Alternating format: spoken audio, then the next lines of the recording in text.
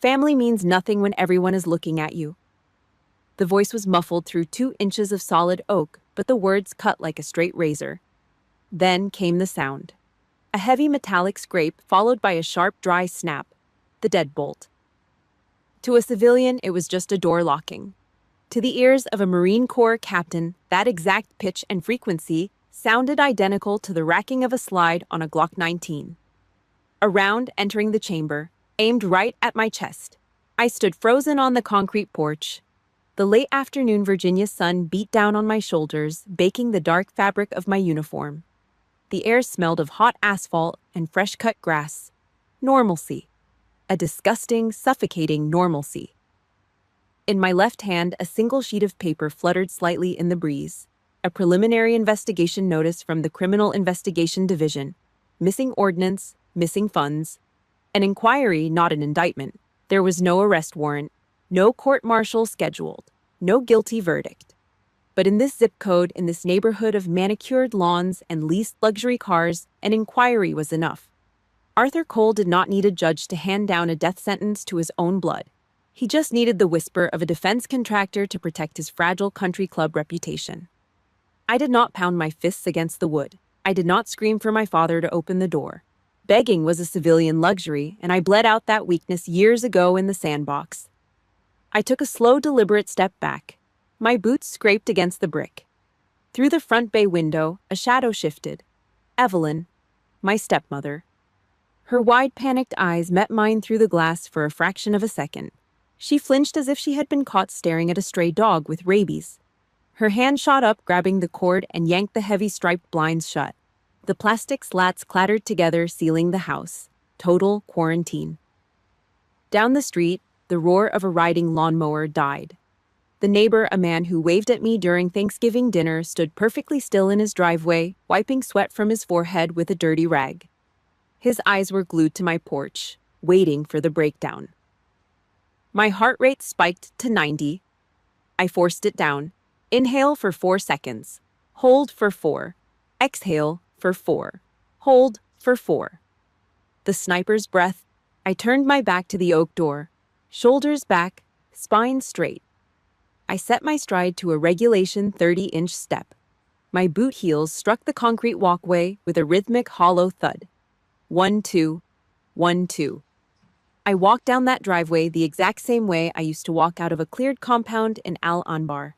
No sudden movements, no exposed flanks. I refused to leave a single crack in my armor for the neighborhood to feed their pity through. My vehicle was parked by the curb, a battered 2008 Ford Explorer. I pulled the heavy handle, climbed into the driver's seat, and slammed the door. I hit the master lock button. All 4 locks snapped down simultaneously. A mobile trench made of cheap plastic, stale air, and rust. The cabin was an oven. The smell of baking vinyl mixed with the sour stench of the broken air conditioning unit. I did not turn the key in the ignition. I just sat there in the sweltering heat, staring at the steering wheel. The silence inside the truck was absolute, pressing against my eardrums. 8 years. 8 years ago, Arthur Cole sat at a kitchen table, surrounded by foreclosure notices, his hands shaking so violently he could not hold his coffee mug. His roofing business was bankrupt. His heart was failing from years of cheap scotch and bad debt. The surgeries were going to strip him of the house, the cars, the image he worshipped so deeply. I was 26. I packed a sea bag and volunteered for 3 consecutive combat deployments: Fallujah, Ramadi, Helmand. I traded my 20s for hazard pay. I lived in dirt, ate dust, and packed chest wounds with gauze while mortars shook the earth. Every single dollar, every blood-soaked paycheck I wired back to that house to keep the bank off his back. I bought his life with my survival. And today, he chose the rumors of a corrupt local defense contractor over the daughter he used to carry on his shoulders. He chose the golf course over blood. The emptiness in my chest was expanding, a cold vacuum threatening to cave my ribs inward. My right hand dropped to my knee. Through the fabric of my trousers, I found the jagged scar where shrapnel had torn through my flesh. I dug my right thumb hard into the scar tissue. I pressed until the physical pain flared white-hot, shooting up my thigh. Pain is an anchor. Pain overrides the hollow ache of betrayal. I welcomed the burn. The interior of the Ford grew dark as the sun finally dipped below the manicured tree line of the suburban subdivision. Deep in the pocket of my uniform jacket, my phone began to vibrate, a relentless mechanical buzzing against my ribs. I pulled it out. The screen cast a harsh, sickly blue light across the dark cabin, illuminating the dashboard and the calluses on my knuckles. I swiped the screen. The Instagram application opened instantly. Arthur Cole had just updated his status. He did not post a picture of me. He did not post a picture of himself. It was just a blank screen. Below it there was a caption, 5 short, sterile words. She is no longer my daughter. I stared at the glowing pixels. I watched the notification counter at the bottom of the screen. Relatives I loaned money to, neighbors I helped, friends of his who drank my liquor at his birthday parties, they were double tapping the post. The likes ticked upward in real time. 10, 20, 35. A public stoning in the digital age. My erasure was being validated, approved by the very people whose lives I had subsidized. As I sat there watching my bloodline publicly sever me, I realized something about pain. It is universal. If you have ever felt the cold sting of family betrayal, hit the like button, subscribe to the channel, and leave the comment, betrayed. Tell me where you are listening to this and what time it is in your part of the world. We are not alone in this trench. I did not type a response. I did not defend my honor. I pressed the power button, plunging the cabin back into absolute darkness. I tossed the glass and metal rectangle onto the passenger seat. The silence rushed back in heavier than before. The soldier in me had survived the desert, but the daughter died in that driveway.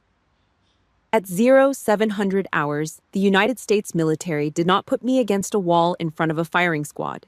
They did something much worse. They put me in a windowless room next to a heavy-duty copy machine. Administrative isolation. It is the sterile, bloodless way the system breaks a human spirit. There is no official guilty verdict. You are simply erased from the operational board. Guilty until proven innocent. Yesterday, I was a captain coordinating millions of dollars in tactical logistics, moving high-explosive ordnance across hostile borders. Today, I'm sitting at a fake wood laminate desk, aligning the edges of blank personnel forms and driving a metal staple through the top left corner. The fluorescent tubes above my head flickered. They emitted a constant high-pitched buzzing sound that drilled directly into the base of my skull. The air in the room was dead, smelling of ozone, heated plastic, and dry toner ink. It was the smell of a career rotting in real time. I did not slouch. I sat with my spine perfectly straight, maintaining the exact posture I would use while briefing a general officer. My boots were polished, my uniform was pressed. I locked all my exhaustion deep inside my chest cavity. I counted my breathing. Inhale for 4. Hold for 4. Exhale for 4. The enemy wants to see you break. You do not give them the satisfaction. The metal door handle clicked. The heavy fire door pulled open just enough to let a sliver of hallway light cut across the linoleum floor. First, Lieutenant Miller slipped into the room. He needed paper from the supply closet behind the copy machine. 3 months ago, Miller botched a logistical requisition form so badly it would have triggered a federal audit and ended his career before it started. I sat with him until 3 a.m. in the motor pool office, drinking stale water and rewriting his garbage report line by line so he would not face a disciplinary board. Today, Miller did not look at my face. His eyes were glued firmly to the scuff marks on the toes of his boots. He walked with stiff, hurried steps, keeping his body angled toward the wall to maximize the physical distance between us. He reached the supply shelf, grabbed a ream of printer paper, and clutched it to his chest like a ballistic shield. "Morning, Captain," he mumbled to the floorboards. His voice was hollow, thin. He spun around and power-walked back toward the door. He moved as if he was afraid that standing in my proximity for more than 10 seconds would infect him with whatever terminal disease the brass had stamped on my file. The door clicked shut behind him, sealing me back in the humming silence. I did not feel anger toward the lieutenant. Anger is a tactical flaw. I only felt a cold, clinical understanding. This was the basic survival instinct of the corporate military structure. When a ship is taking on water, the rats do not try to patch the hole. They swim away from the drowning. Miller was just a rat protecting his dry uniform. I drove another metal staple through another stack of meaningless paper. 10 minutes later, the heavy door did not just click open. It was shoved inward with enough force to bang against the rubber wall stopper. A brown paper bag heavily stained with grease flew across the room and landed on my desk with a wet, heavy thud. It slid 3 inches and stopped right next to my stapler. Gunnery Sergeant Elena Torres dragged a cheap plastic chair across the floor. The metal legs shrieked against the linoleum. Elena did not do polite. She was a Hispanic woman from the south side of Chicago who had survived 20 years in the artillery division by being louder and meaner than the men she commanded. She did not bring soft words. She did not bring fake sympathy. She slammed a large styrofoam cup of black coffee down next to the greasy bag. Some of the dark liquid splashed out through the plastic lid, staining the white paper of my forms. Elena dropped her heavy frame into the plastic chair. She did not look at me with pity. She looked at me the exact same way she looked at a jammed rifle mechanism. Annoyed, but ready to fix it. "Eat the damn food," Elena ordered, her voice gravelly and rough. "You look like a walking corpse." 1, 2. She reached into her own paper bag, pulled out a massive foil-wrapped burger, and immediately began pulling the raw red onions out from under the bun. She tossed the onions onto the desk wrapper. Her loyalty was not measured in tears or hugs. It was measured by the simple, defiant act of sitting in a glass-walled hallway, eating lunch with an officer currently under federal investigation. In this building, that was an act of open rebellion. I reached for the styrofoam cup. The heat of the black coffee seeped through the cheap material, warming the calluses on my palms. I brought the rim toward my mouth. Elena took a massive bite of her burger. She chewed loudly, her eyes fixed on the blinking green light of the copy machine. She did not look at me when she spoke. She delivered the information with the casual, brutal efficiency of an artillery strike. "That local charity fundraiser event last month," Elena said, her mouth half full. "The one all the local business owners attended. Victor Vance was there." My fingers tightened slightly around the cup. "Vance stuck to your father like wet mud." Elena continued, swallowing hard. "He bought a table right next to Arthur Cole. And he did not just buy him dinner. Vance brought a gift, a bottle of Macallan Scotch. 25 years old. They sat at that table drinking from the same bottle, laughing until the place shut down at midnight." My hand stopped moving. The styrofoam cup hovered exactly 2 inches from my lips. I stared down at the black surface of the coffee. A microscopic tremor in my wrist caused the dark liquid to ripple in concentric circles. Victor Vance, the defense contractor who started the rumors about the missing ordnance, the man who pointed the finger at me, drinking a $2,000 bottle of scotch with my father. The pieces of the puzzle slammed together with a deafening crash inside my skull. Arthur Cole did not lock his door yesterday because he was afraid of a scandal. He locked his door because he was already bought and paid for. The pupils of my eyes contracted. The heavy, suffocating weight of administrative isolation vanished from my chest. The instinct to endure to survive the punishment completely shut down. The cold, calculating machinery of a combat tactician booted up in its place. I lowered the coffee cup to the desk. I did not take a sip. I did not need caffeine anymore. I had a target. 11 at night. The apartment was completely pitch black. I sat on the edge of the cheap fabric sofa, staring straight ahead into the dark. I did not turn on the overhead lamp. I did not switch on the television to drown out the silence. In a combat zone, you learn to let your eyes adjust to the darkness. You never flood a room with artificial light because light blinds you to the shadows. It ruins your night vision. It makes you an easy target. Tonight, I was not the target anymore. I was operating in the dark. I was gathering intel. The only sound in the dead, empty space of my living room was the refrigerator compressor in the galley kitchen. It ran with a low, vibrating rattle, a cheap appliance struggling to keep a few bottles of tap water cold. I held my phone in my right hand. My thumb moved across the glass screen in a slow, rhythmic swipe. The skin on that thumb was thick. It was heavily calloused from years of gripping rough polymer pistol grips and pulling steel charging handles. Now it was just scrolling, digging through the digital sludge of the people who shared my last name. The blue light from the screen cast a harsh, unnatural glow across my face. It illuminated the rigid line of my jaw and the hollows of my cheeks. I felt nothing. The crushing weight of the afternoon, the locked door, the drawn blinds, the isolation had burned off hours ago. What remained was a cold, clinical need for data. I was tracking the enemy. My calloused thumb stopped moving. The screen froze on a single image. It hit me right in the center of my chest, sharper and cleaner than any piece of shrapnel ever could. It was a post from Evelyn's account. My stepmother, the woman who had yanked the window blinds shut yesterday, like I was a diseased animal trespassing on her lawn. The photograph was high definition, perfect overhead lighting, a cozy, intimate shot of a private booth at the most expensive local steakhouse downtown. 4 people sat around the heavy mahogany wood table. There was Arthur, his face flushed red from alcohol, a wide, toothy grin plastered across his face. Beside him sat my younger brother, Mason. Mason was wearing a cheap blazer that did not fit his shoulders, looking slick and desperately satisfied, holding up a heavy glass of amber liquid. Evelyn leaned in from the edge of the frame, showing off her veneered teeth. And sitting right in the center, with one heavy arm draped casually over my father's shoulder, was Victor Vance, the defense contractor. The man who had quietly fed the military investigators the lie that I was skimming logistics funds and stealing ordnance. I stared at the screen. I pinched the glass and zoomed in. I examined the details of the image with the detached, dead-eyed precision of a sniper reading the wind.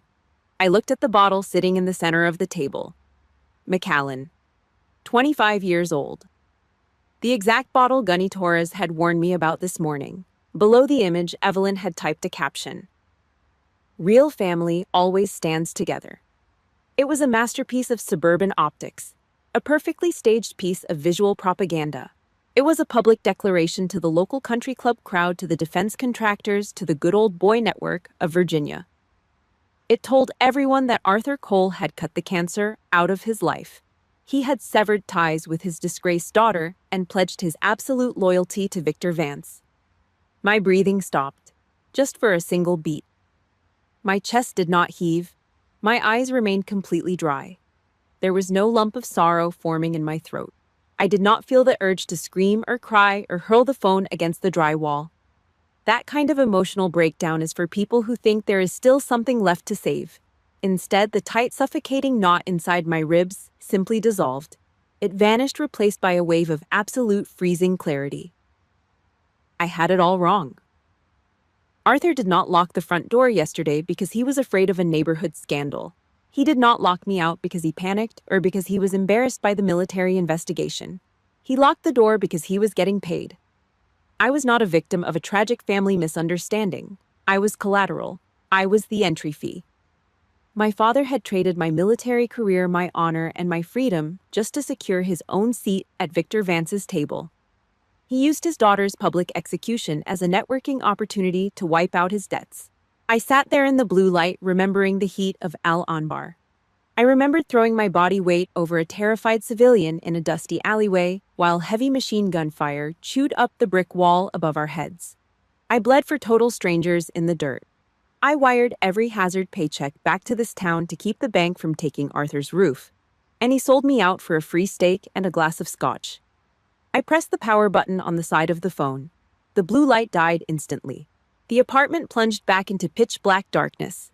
I tossed the phone. It landed softly on the empty cushion next to me. I placed my hands flat on my knees and pushed myself up from the sofa. I stood at the center of the living room and rolled my shoulders back. The joints in my neck and spine popped. It was a dry, cracking sound echoing in the quiet room. The civilian patient was dead.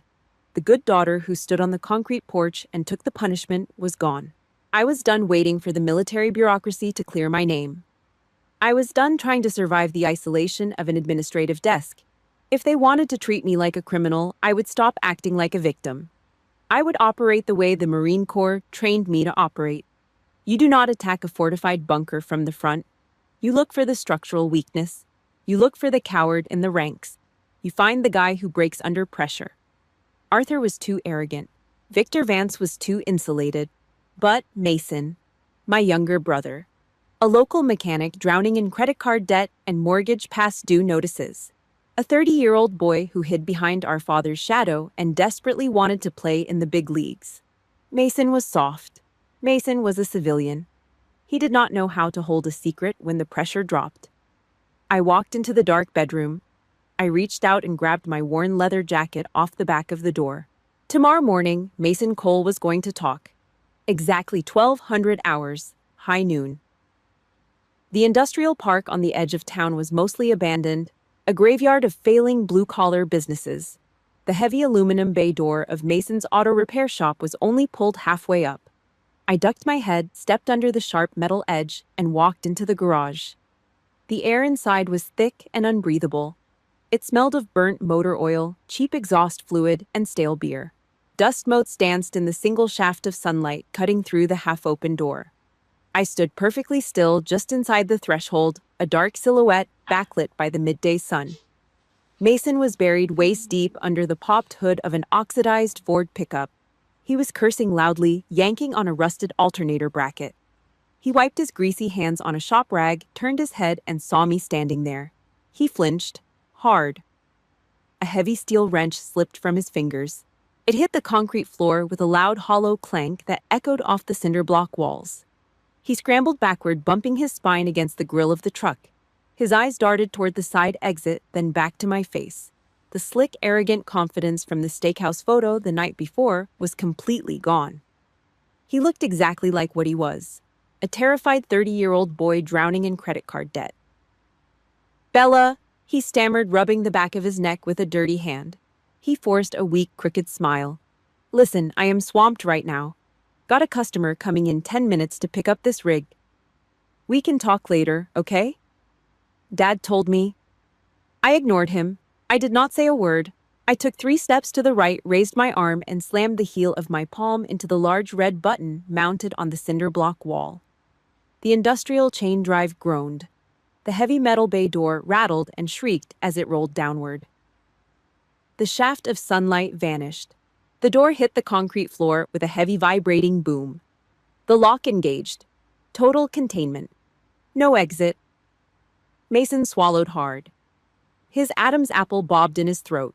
A thin layer of cold sweat broke out across his forehead, making the grease smudges on his skin look like war paint melting off a coward. I closed the distance. I backed him up against the front bumper of the Ford. Less than 2 feet of space between us. In close quarters, combat proximity is power. You step into their physical space and suffocate their ability to think. "Were you at the fuel depot last Thursday?" I asked. My voice was flat. No elevation in pitch, no anger, just a tactical strike. "What?" "No." Mason shook his head too fast.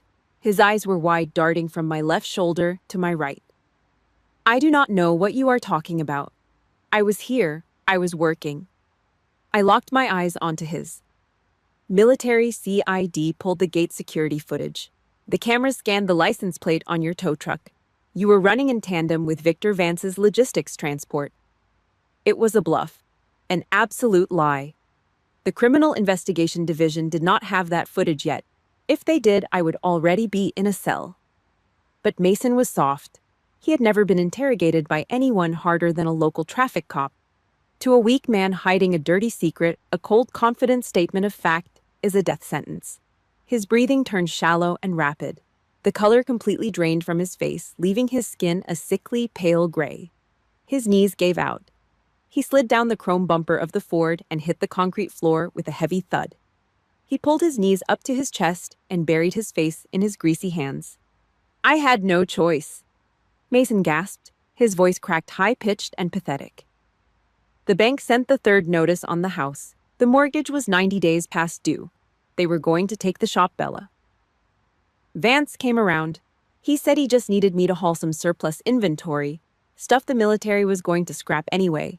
He said nobody would ever notice. I stared down at the top of his head. I did not feel an ounce of pity. When we were kids, I used to carry him on my back to school when it snowed.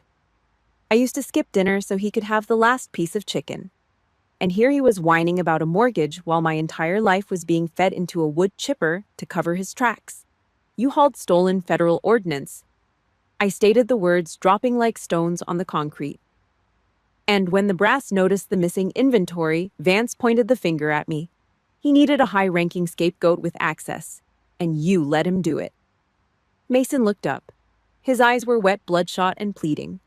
He was searching my face for the big sister who always fixed his messes. He found nothing but a blank wall. Then he opened his mouth and delivered the kill shot. I did not know what else to do. Mason choked out tears, cutting clean tracks through the grease on his cheeks. Dad said it was the only way to keep the family afloat. He said, "You are a Marine." He said, "You are tough. You are built for this kind of heat. You can handle the fallout." He said, "You have military lawyers who will get you off with a slap on the wrist. We do not have anyone, Bella." My eyes went pitch black. My heart rate did not spike. It actually slowed down. The block of ice inside my chest expanded, freezing the blood in my veins. It was the ultimate sickening paradox of being the strong one in a weak bloodline. They did not misunderstand me. They knew exactly who I was. They knew I was innocent, and they threw me to the wolves precisely because of my strength. They weaponized my resilience. They decided that because I could survive the pain, I was obligated to carry their sins.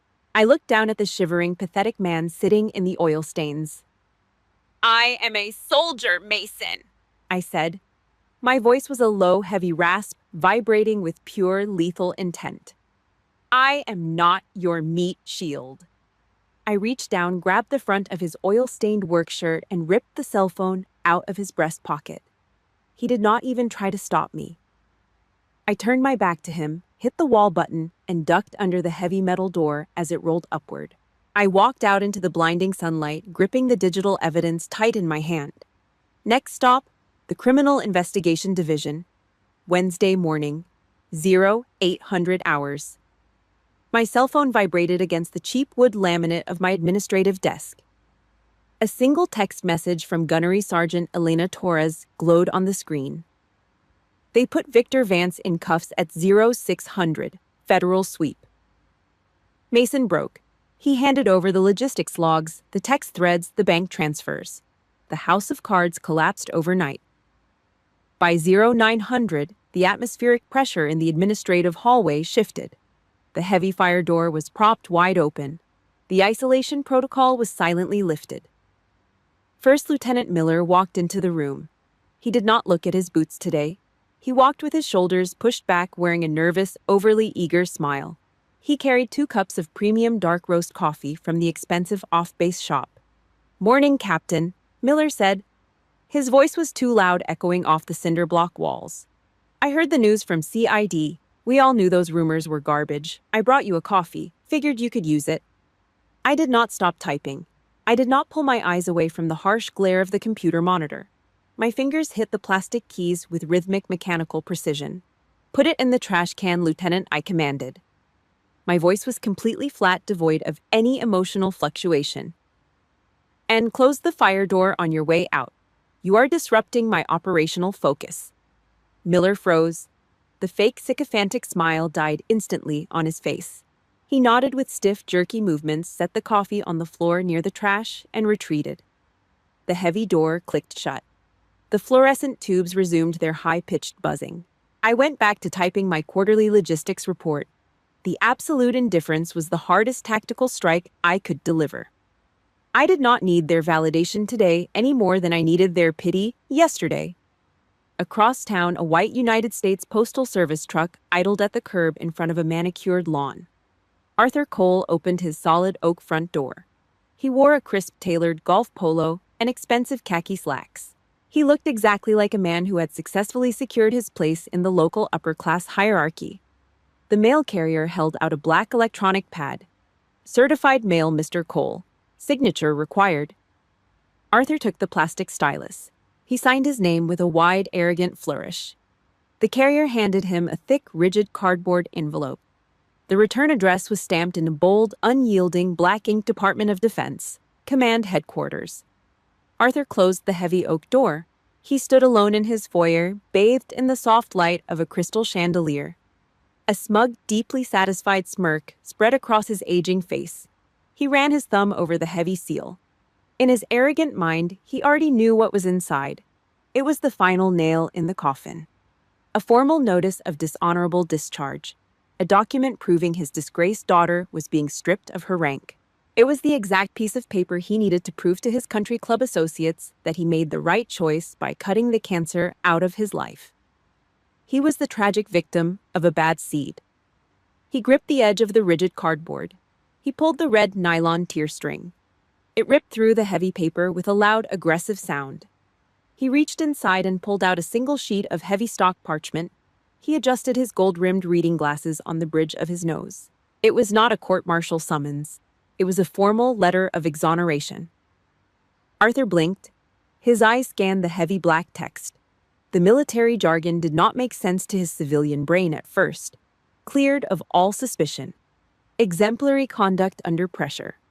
Commendation for protecting federal evidence and exposing a civilian corruption ring. Attached to the back of the parchment was a carbon copy of a Department of Justice federal indictment. The primary target printed at the top, Victor Vance. The blood drained completely out of Arthur's face. His jaw went slack. Victor Vance was not the untouchable kingmaker of the local defense network anymore. He was a federal inmate facing 20 years in a maximum security penitentiary. And Arthur Cole, in his desperate, pathetic scramble for social status, had publicly kissed the ring of a jailed felon. The reality of his situation crashed down on him like a collapsing roof. To secure his seat next to that felon, Arthur had locked his door on a decorated military officer. He had publicly disowned a hero on the internet to serve as a loyal attack dog for a thief. His smug confidence evaporated. It was replaced by a cold, suffocating terror. The social circle he worshipped was going to rip him to shreds. The neighbors who liked his Instagram post were going to turn on him.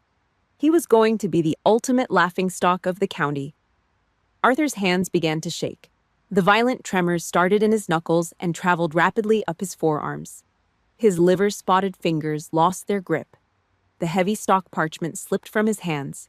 It fluttered through the quiet air and landed softly on the expensive Persian rug. Arthur dropped to his knees. His chest heaved as he gasped for oxygen in the empty, silent hallway. The sun finally went down. My apartment was quiet. I sat in the armchair by the window, wearing a faded gray sweatshirt. I had my legs crossed. I held a heavy glass of ice water in my right hand. The condensation dripped down the smooth side of the glass, pooling on my calloused knuckles. On the wooden coffee table, my cell phone lit up. The screen glowed stark white in the dim room. Incoming call Arthur Cole. I watched the screen vibrate and ring until it went dark. 5 seconds later, it lit up again. Incoming call Arthur Cole. He called 1 time, 5 times, 12 times. I did not reach for the device. I did not flip the switch to silence it. I just sat in the dark and watched the screen flash, tracking the desperate, pathetic rhythm of a man whose entire fake reality had just burned to the ground. A digital notification popped up on the glass. 3 new voicemails. I leaned forward. I tapped the speaker icon with my index finger. The audio filled the quiet room. It was not the sharp, arrogant voice that had told me family meant nothing through a locked door. It was the sound of a broken, panicking old man. "Bella, please pick up the phone." The audio crackled with heavy, wet breathing. "I got a letter today. From the military command. I did not know, sweetheart. I swear to God I did not know Victor was using Mason. You have to believe me. Please, call your father back. We need to fix this. I need you." A few weeks ago, I stood on his concrete porch absorbing the brutal strike of his deadbolt. I would have given absolutely anything for him to open that door. Now the power dynamic was completely reversed. He was the one begging in the dark. I took a slow sip of the ice water. The cold liquid slid down my throat. I did not feel a sudden rush of victory. I did not feel burning anger. I felt a hollow, absolute indifference. The man crying on the speakerphone was a total stranger. I set the glass down on the wooden table. The ice clinked sharply against the glass. Tomorrow was Saturday. The local veterans' breakfast was scheduled at the town church. The entire neighborhood would be in that hall. Arthur would be there desperately trying to save face and spin the narrative.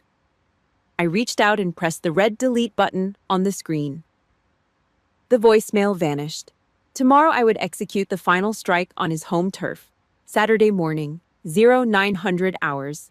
The local community church hall smelled of burnt drip coffee, cheap processed sausage links, and thick, sticky pancake syrup. It was the monthly veterans' breakfast. The large room was packed wall to wall with the town's older generation. They leaned over cheap plastic folding tables, scraping heavy steel forks against thick porcelain plates. The air was filled with a low, constant hum of suburban gossip. I pushed through the heavy wooden double doors. I was not wearing my dress uniform. I wore my faded brown leather jacket, the one with the frayed cuffs and scuffed elbows. The moment my heavy boots hit the linoleum floor, the noise died. It did not fade out slowly. It stopped dead.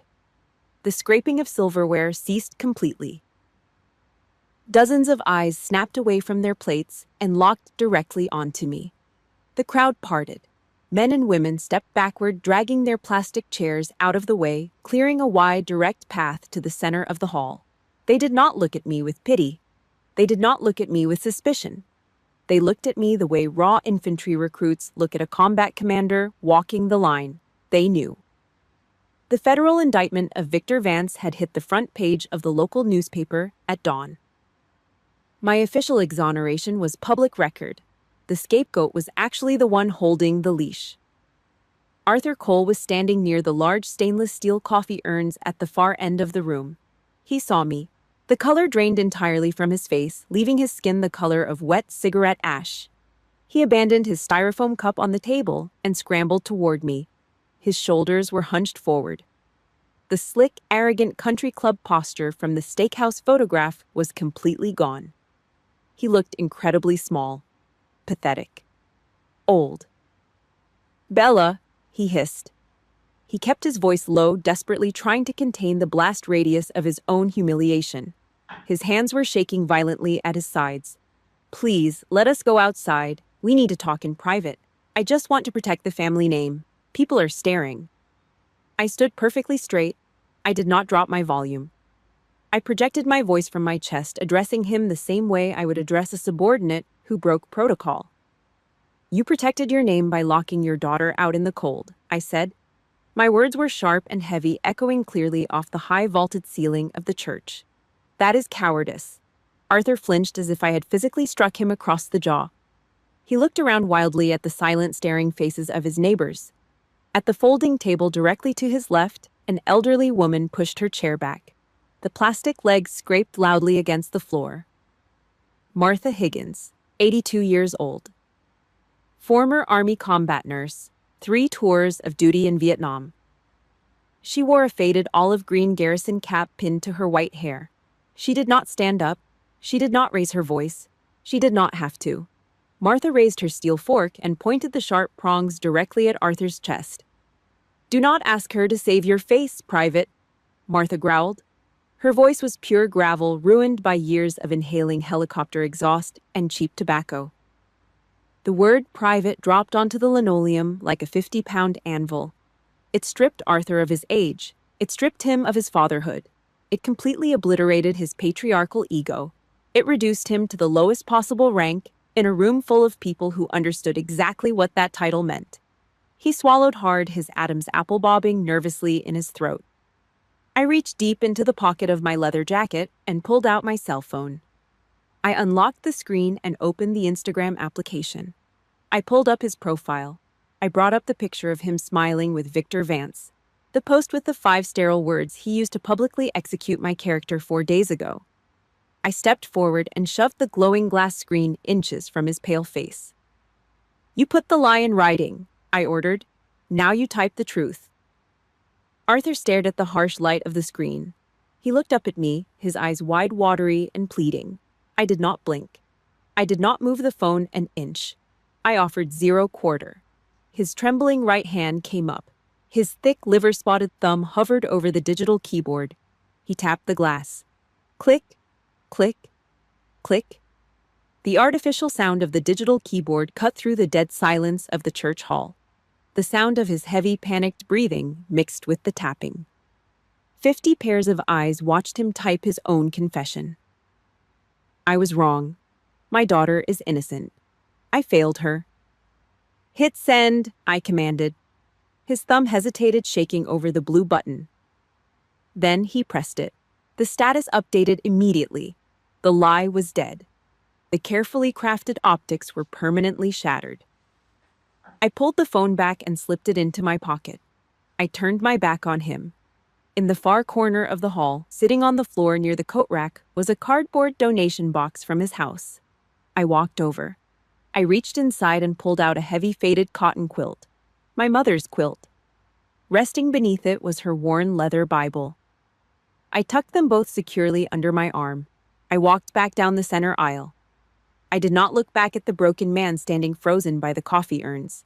I pushed open the double doors and stepped out into the crisp, cold morning air. Not a single person tried to stop me. 3 days later. My apartment was dead quiet. The afternoon sun was going down, casting long gray shadows across the cheap carpeting. I sat on the edge of my mattress. I had my mother's heavy cotton quilt wrapped tightly around my shoulders. The weight of the fabric grounded me. On the wooden nightstand, my cell phone vibrated. The screen lit up the dark corner of the room. Incoming call, Arthur Cole. He had called 30 times in 3 days. I had ignored every single one. This time I reached out and picked it up. I pressed the cold glass against my ear. "Hello," I said, flat, empty. "Bella." His voice cracked on the other end of the line. It was hollow, whiny, the sound of a man sitting entirely alone in a large empty house with the curtains drawn. "How long? Please tell me. How long until everything goes back to normal?" I ran my calloused fingertips over the raised embroidery of the old quilt. I felt the thick, durable thread. I realized something profound in that exact fraction of a second. The burning anger was completely gone. The sharp sting of his betrayal had finally burned itself out. There was absolutely nothing left inside my chest but cold, hardened steel. "You lost a position in society," I said. My voice was steady and absolute. It was the sound of a soldier taking her finger off the trigger. The war was officially over. "I lost a father. When you understand why I am hurt instead of why you are embarrassed, call me back." I pulled the phone away from my ear. I pressed the red button. The digital connection severed. I tossed the phone onto the mattress. I did not wait for it to ring again. It would not matter if it did. The ultimate revenge of a soldier is realizing you no longer require the approval of a coward. The heavy rusted chains of blood and toxic obligations snapped. I was completely free. If this story resonated with you, hit the like button, subscribe to the channel, and drop the word freedom in the comments. Thank you for listening. See you in the next one.